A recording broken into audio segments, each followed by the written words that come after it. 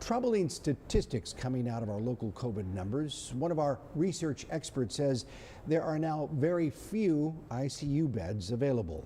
And as our Michael Gibson reports, experts also say we've seen over a 60% jump in our ICU numbers from just last week. In the past week, we've seen a jump of 61% more people in the ICU than last week that have COVID.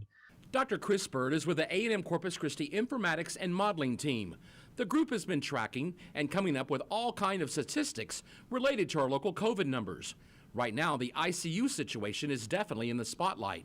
Dr. Bird explained that the cases had leveled off, but now they're rapidly on the increase. The part that doesn't make sense is where the people in the ICU leveled off despite there was a continued increase in the number of cases. Dr. Bird also says statistics are showing that Omicron isn't putting as many people in the hospital as Delta did. Your probability of becoming hospitalized if you test positive is much lower with Omicron than it was with Delta.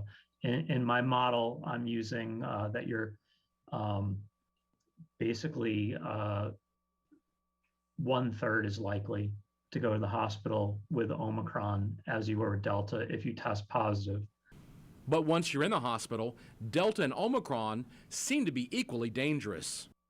It's true that Omicron is less virulent than Delta, but if you do find yourself in the hospital, you're just as likely to progress to the ICU as during the Delta wave. So once you get hospitalized, the probability of getting into the ICU or even dying is about the same. There's another interesting fact that Dr. Bird has discovered in his research. Believe it or not, there are some folks who have gotten as many as 12 COVID vaccinations.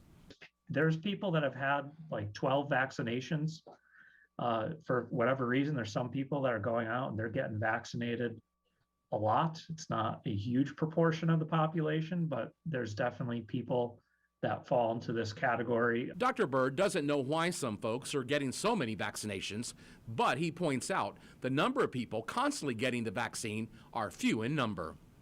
Michael Gibson, 3 News. Thank you, Michael.